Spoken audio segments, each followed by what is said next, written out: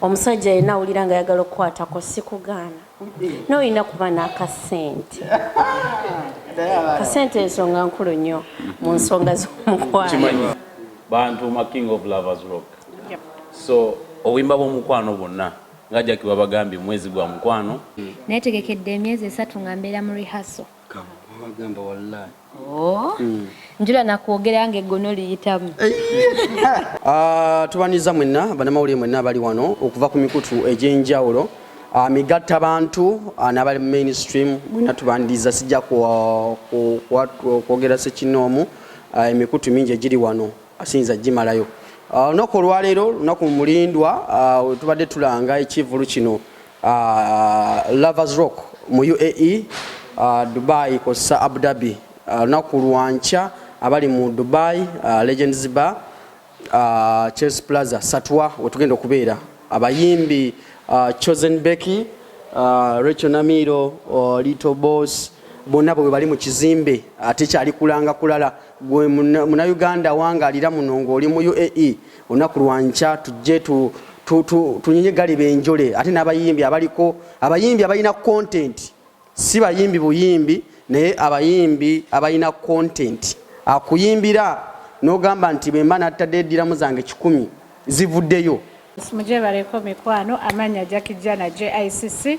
I'm so excited kubanga ntudde ne ba I would say legends in music kubanga omuntu aina album enyimba ezisoba mu 50 I would say. These are legends in making. Twina over legend in making. So I'm so excited and I cannot wait to host you guys tomorrow. So muje ncha ku Legends Bar tukuba muziki tuwere mu love tumalirize February nga tetulina kye tutoma. Just dirham 10 dirham 2 VIP. Bana Uganda batulaba mikwano gyange mwenna mikwano gyaffe fena abaze wano e Dubai. Ate nga ne Abu Dhabi tubeera bidde kubanga 26 ate nawo tugenda beera bendonge etasirika basuubiza tugenda kwera gati mukwano mukutuwe naffe tugubawe so ekibadde kibulayo ffe kutuuka ffenna tutuuse Rachel wali Chosen wali buli kimu kyeraga bwerazi so atanabagula tiketi yo gigule kuba ndowooza kibadde kikusibye kuba tetunatuuka naye ffenna we tuli so Dubai Chelsea Plaza Hotel Satwa tuli awo olunaku olw'enkya ate nga 26 ku Sunday tugenda kubeera Abu Dhabi omukulu olira byonna yabiteeseteese so ffe we tuli kayimba ku kayimba kosaba ke tukuba okuva gye twatandikira mpaka we tuli olwaleero ffe tuli betefutefu naddala Manyanza Rachel Namiro ngere mpulira wenjogera nzijudde mukwano mwerere banani n'omukwano ya n'ensonyi nga nkyogera abasinga tebayinza tubaletera obuzibu so olunaku lugenda kuba lwanca so mujje mu bungi tunyumirwe ffe weetuli okuba kuba omuziki okuva kayimba akasooka paka kukasembayo kemumanyi kemutamanyi kasita mu bunyumirwa kyekikulu ffe tuzze kubasanyusa kati maliriza asulaga mikwano balamusizaako mwenna nze Chosen Becky mbayita olunaku lwanca kowoola bafani bange n'abasinga bali eno bambi era banyaniriza mu bitiibwa kati mbakowoola bambi muyite n'emikwano gyammwe naawe abadde agamba nze Becky oba simutegeera bulungi ojja nno okuntegeera jangu enkya ku Legends Bar ate 26 aba Abu Dhabi mwenna mbakowoola tugenda kubeera ku Cubes Club bane mujje tunyumirwe mujje tukuba omuziki tujja kuddamu tujja kunyumirwa tujja kusanyuka tubalinze Bosh then omukyala Sophie Love nanyi Love abatumanyi ndowooza baze mugobera Sophie Love emyaka 15 egiise myaka 10 badde njagala kulaganya nti experience ogirina mu bintu bya Love mwali mu UAE agenda kutubuulira abantu beeteeketeeke batya olunaku olw'enkya mu mwezi guno gw'ekiraavulaavu omwezi ogwa Feb. Okay, bannange. Assalamu alaikum warahmatullahi wabarakatuh. Era nga nange ndi musanyufu okubeera wanene Dubai. Bannange nzaani agenda obbalabako olunaku olw'enkya. So gwe wenna asuubira okuyingira omukwano, asuubira okuvaamu eyeeteekateeka okwawukana ne munne bannange jangu mujje tubinyweze. Kosi tuli mu mwezi gwa kwagalaŋŋana, tuli mu mwezi gwa kwezza bujja, tuli mu mwezi gwa kweyagala. Obuyimba bw'omukwano weebuli ate nga nange the love expert bannange wendi teri kigenda kulema mujje tuleeze ekisobye cause bannange ngenda kubeera MC nga wembabuulira embasonseko obugambo mbuyingiza mu mitwe gyammwe n'okubeera nga ate mukwano tujja kwetega katumale shows zino zonna tumale ate twetege. Sinze Sophie Love, official MC in Chile. Okay, this side tulinayo omukulu twogedde ku Abu Dhabi oba bakyogera bakyakizo mbeki Abu Dhabi. Okay, onanti bwetu twogera ozungu twakavaayo mukulu Devosh amanya Arthur July nga Devosh wayogedde bayimbi baffe tusanyusa obbalaba amanya Arthur July mpangalira Abu Dhabi bannange sina bingi byakwogera essanyu linzita wondabira wano mbalina basatu gattako ba MCs baffe abakabi Devosh ne Sophie Love kyawedde dda just kyembayita mwetegeke Abu Dhabi timu yino njirina gyonna mugirabye nga biri mu mukaaga Cubes Club Villaggio mukeereko tugenda tandika okuyimba ssaawa ezo 3 line up mugiraba yonna nzaagirina. DJ Waswa ate kasatandika okutakula omwana oyo atakula ekyuma oyo kasatandika ng'omanya ate ekitugenda kuba kyamannyo omuziki mulungi sound buli kimu kiteeketeeke muve ku show ezibagwiragwirana wano eno ye show enteeketeeke obulungi nze nkubuulira amazima show yasitudde abantu ab'amaanyi nesitula Little Boss nesitula Rachel Namiro Chosen Becky Sophie Love okuva ku mikutu egy'enjawulo. Chosen Becky mbemba sirimbye ndowooza it is your first time performing in Dubai, not so? Second time? Ndowooza anti mu show y'amaanyi yeno yokka esoose tugamba ku show ez'amaanyi yeno esoose twagala tumanye ku side ya Little Boss. Experience yo mu UAE eryetya wali oyimbyemukko yeshow yesookedde ddala n'abantu kiki babasuubira naddala olunaku olw'enkya. Nze kabaka wa nyimba z'omukwano no doubt tewali doubt ku ekyo. Experience yange Dubai njagadde nnyo era jakibe baliteekateeka nungi nnyo era nga bw'obadde ogambye Becky nti show y'amaanyi show y'amaanyi amaanyi nagalabye dda ate tugenda kwongera okugalaba wali nga tukuba endongo nze nga bwe mbagambye okuva kasooka nalinako mukwano nange naye gwabula mpaka we tuli olwaleero kunoonya sikulaba wata watulabu okayimba ki buli koosaba tugenda kakuba so ekyamweteeketeeke nze ndi ready eddoboozi muliwulidde ate wano mbadde nsaaga mu busaazi naye nkya tugenda kuba endongo abalina ku mukwano ndowooza kitumutegedde. Yes man. Rachel Namiro Wanji. ba UAE ndowooza gwe mulundi gwo gusokedde ddala bwe mbasirimbye Gusoose. wamusanze otya olunaku olw'enkya okusinziira ku mbeera y'obudde nga bw'ogiraba bannayuganda basuubire ki naddala mu nneeteekateekayo? Omanyi feri ewaffe Uganda ewaka ewaffe ku butaka bwe baba bategese show naddala mu byalo n'otasanga nga waliwo abasiika Rolex chipusi wotabisangawo nkoko omanya tewali mulamwa ne wano ndi musanyufu nnyo nti era Rolex chipusi byonna mbisanze oluwombo mbisangire ddala okuva ku kisaawe ntya tibatwaniriza bulungi nga vibe eri kugaba kuwa amaanyi era nagambye bwe engoye ze naleese nzikyuse nga ndaba vibe ndala nnyo naye kyonna kyekiri byankya tujja kikola bijja kuggwa. Chosen abali mu mukwano olunaku lw'enkya kikyoyinza obbagamba ne gwe bagenda sijja kyogera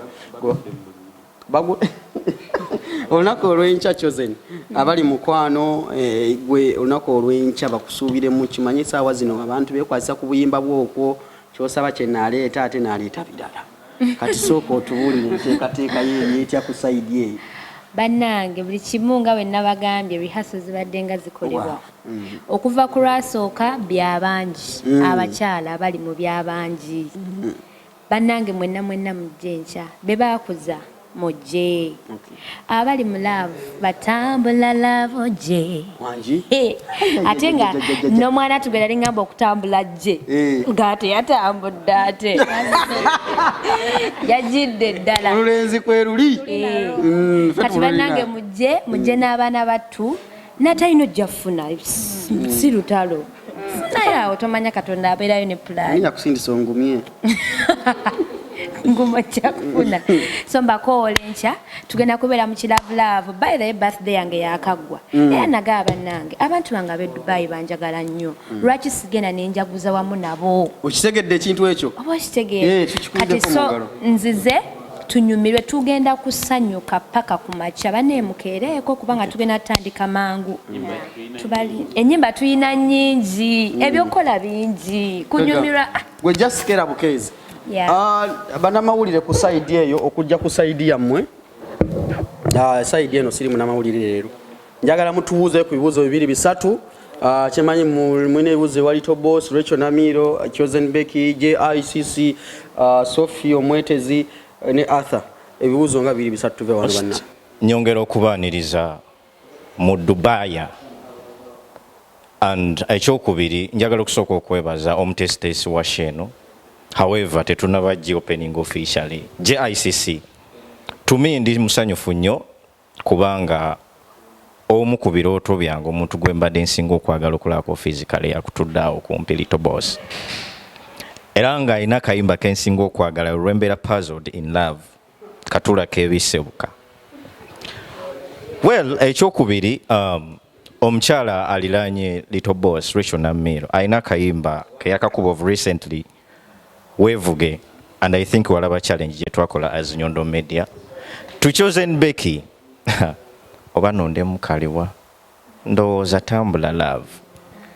Well, JICC webale nnyo to me I'm so happy n'ebibuuzo byange bitono nnyo koze ebisinga byogeddwa challenges baddewo mu byentambula abayimbi baffe mutuuse late but kyenjagala okubuuza Little Boss ekisooka oli musajja ayimba love ffenna ne tuwuliranga emitima ginnyogozi mu nsi y'omukwano naye omukyala omutulaga ddi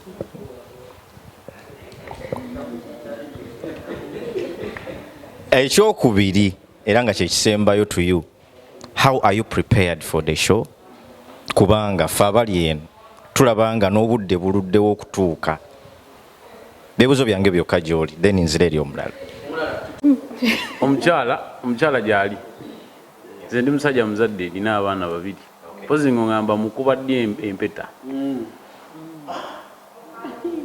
omukyala namukubakubadde ensi si bwe kiri banaye waliwo atamanyi bantu bonna abadde bangoberera okuva wenatandika bakimanyi omukyala gyali olunaku lw'empeta lukka lwe luludde naye tuli mu nteekateeka lujja then how am I prepared nze ndi musajja muyimbi Katonda ekyo yakimpa kuba yampa ate n'omukisa oguwandiikirako ne ku balala nabo ne bayimba so nze okukeera ne bonzija bujja mu tulo n'ongamba nti suulamu kano tusimbulirawo so nze ndi very ready very prepared nga bwe mbagambye just lunaku lwe luludde n'ekibuuzo kiri kimu ekigenda ewa Rachel Namiro otidde anyway obadde opafiminga ku show ze Uganda zonna era ku stage ze Uganda and it's your first time okubeera mu UAE. How do you feel era experience esooka munyonyo okuyingira Dubai yabadde etya? Pozo okujja wano it's my first time naye omutwe gwannumyemu n'ate luli sina kye nawulira n'ebya bulijjo ebyo omala n'owona. Question eno egenda gy'oli. By the way, weebale kutunda Ugandan music to the globe. buli post na buli video gyokola ndabika nze omu ku basooka ogilikinga n'okommentinga. Njagala kubuuza ekibuuzo kimu kyokka. Osobola otya okumanaginga life ya social media with your husband and never social media in-laws together with music? Era nga nfundikira, how are you prepared for tomorrow? Okumanaginga social media ne handsome wange omuli ba Facebook in-laws. Okay, kisooka nafuna muntu anjagala ng'ayagala byenkola ate ng'era abinyumirwa. Nso kubanga siri mu mood abaddeko naffe bakimanyi nankakakola TikTok bekikola bwoti bwe mbasa teeke ankwatirawo kamera so ekisooka yekenyini anyambako okwezaamu amaanyi kati ate ba in-laws era gwoba oyagala obuzibu yogera ku nze akublokingirawo kati ebyo byesigaliza ebitiibwa anwanirako. Then for tomorrow ndi prepared. Twayogera ne mukyala Jackie ku Sheno last year mu July. That is how prepared I am. Nkimanyidde ebbanga ddene, neetegekedde ebbanga ddene, era bane natungisiza olugoye. Nze ngenda sabula engatto gwe tomanyi. So neetegese nnyo gye kikoma. Yeah. Nze ekibuuzo kyange kigenda kugenda wa Chosen Becky kuba nalabyeko team Chosen Becky ku kisaawe. But then I would want to get the reaction of all the artists abali ku board eyo nti abayimbi we mujja ene Bulaaya oba mu Dubai ndabyeko teams ez'enjawulo ez'abayimbi nga tuli kwaniriza abayimbi bano neyo Chosen Becky nagirabyewo. So bano abantu oyinza okubandooza nga waba meetings for the time gye bava e Uganda okujja wano nga ebbanga libadde liyiseewo. So what plans ze mulina mmwe ng'abayimbi eri abantu abo beeyita team this nga muze n'okuperforming era ne bwe mba mu negotiating ebivulu bino ne ba promoters mu consideringa nnyo abantu bano abagamba am team Chosen Becky kubanga be basinga okutambuza ndowooza waka wamu. Nebaza abaana ba ttiimu okunjagala. Amazima gali nti tetwategekako na mutegesi nti ttiimu tugikoze tutya. Baana abo baba bakwagala na mutima. Era nga beewaddeyo kubanga bw'ogamba obbasasula tosobola bateekamu nnyo okwagala obudde ate ne ssente kati bakozesa kwagala. Nabeerako n'ab'e Uganda ne bajja eno okukola kyova olaba nga banyanyiriza ate era tubeera twogera buli lunaku iza okupafominga tubeerawo n'olunaku lwe tusigalawo olw'okuwummulamu olunaku lwe tumiitinga abaana abo ne twogerako nabo ne tubeebaza ne twekubya ebifaananyi ne tufuna memories ezinatuyamba nga tuzzemu okumiitinga. So tulabaganira ddala of course. Kino ekintu kya ttiimu kiyambako ku bayimbi okupushinga content ne music waabwe. Kiyambira ddala kubanga omuntu omu ne bwagamba bugambe nti njagala Becky asobola okwagazisa oyo atanjagala. Kati eno ebweru ayinayo mikwano gye mingi egiri eno egikola abaana bali eno bangi. Bw'ayimirira naga nti nze njagala Becky ne bamulaba nga yazze ku kisaawe n'atanjagala so gamba nange kanzije mulabe muli luddawa. So kiyamba nnyo omukwano batuwa mungi era nebaza nnyo team the chosen ones. Mwebale kunjagala sina kyembawa naye mwebale kunjagala. I promise to love you back. Ajjukize abantu tickets mu bifo by'enjawulo we zigenda okusangibwa ne show zombi gye zigenda okubeera. Then n'ekirala nja kusaba sekamwa wa conference ojja closinga conference eno mu bitiibwa. Mediga emanya Nyondo Media. Alright, njagala okubongera bajjukiza nti enkya olunaku lwankya lwe tubadde tulindirira for this long. Tubadde tulindirira lunaku lwankya enkya 24 tugenda kubeera ku Legends Club Satwa. Chelsea Plaza oba ogenze mu Google teekamu ekigambo Chelsea Plaza Satwa ojja kwanguyira nnyo okutuukawo mukwano gwange. Okuyingira diramu 10 owa ordinary owa VIP diramu 2. Tujja kusasulira ku mulyango tetukyalinayo ticket in circulations. So ticket gwayagala ticket jangu buzzi ku mulyango osasule oyingire. Then nga 26 that is Sunday tugenda kubeera Abu Dhabi ku Cubes Club ku Villaggio waliyo villagios Billy, right? Tugenda ku villagio yawa.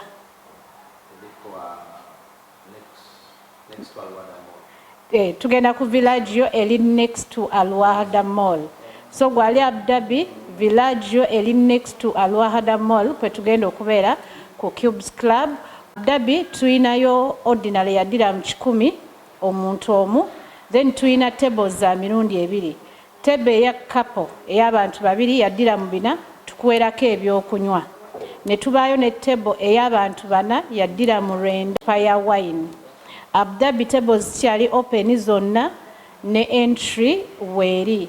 Gwatanafuna ticket Abdabi nga tosobodde kutuuka ku East Gate, nga tosobodde kutuuka ku Kevin wa Cubes, nga tosobodde kutuuka ku Arthur July, jangu tulina entegeka ey'okufunira entry ng'osa oli ku mulyango. Okay, so tubeesunze emikwano abayimbi weebali. Dubai tulina DJ Waswa agenda tukuba omuziki tukeereko bannange. We have 3 good artists ate nga balina ennyimba nyingi.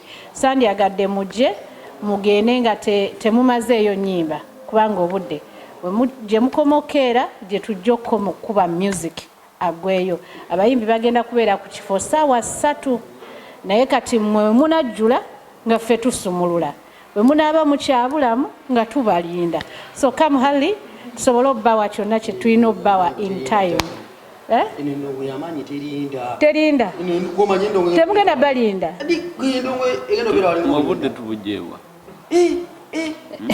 wamma tosubwa mujje nga bukyali tugenda keera wali yesaa 3 mugenda kubeerawo naye ennyimba nina nyingi zinaggwayo bakeereko kuba naawe olina konyumirwa ng'omutesitesi sigenda kubeera ku mulyango kwakakayimba kajja kuleetera ebizibu sijja kubeerako nyinza okukkiriza abantu ne bayingirira bwere. Twagala okwebaza okusooka Letube Cafe.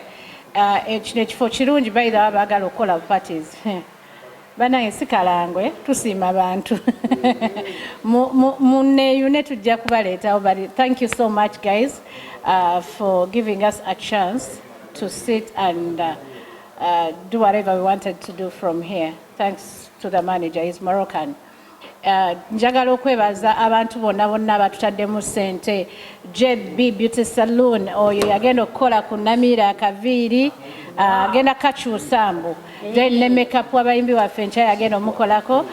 Twagala okwebaza Mathi Agency Services, thank you so much. Mpombo Restaurant, thank you so much. Eastgate Restaurant, thank you so much. Twagala okwebaza Emma MTN, Emma Mobile Money, thank you so much. Ni omulala gwe nerabidde. Nyondo Glim, thank you so much. Itwal, thank you so much. Arthur July, thank you so much. Cubes Club, Legends Bar, Vibes UG, Urban Voices, Nyondo Media, DXB Media, Bambi. Tweyanziza nnyo wano we tutuuse, it's because of you guys. Thank you so much. God bless you.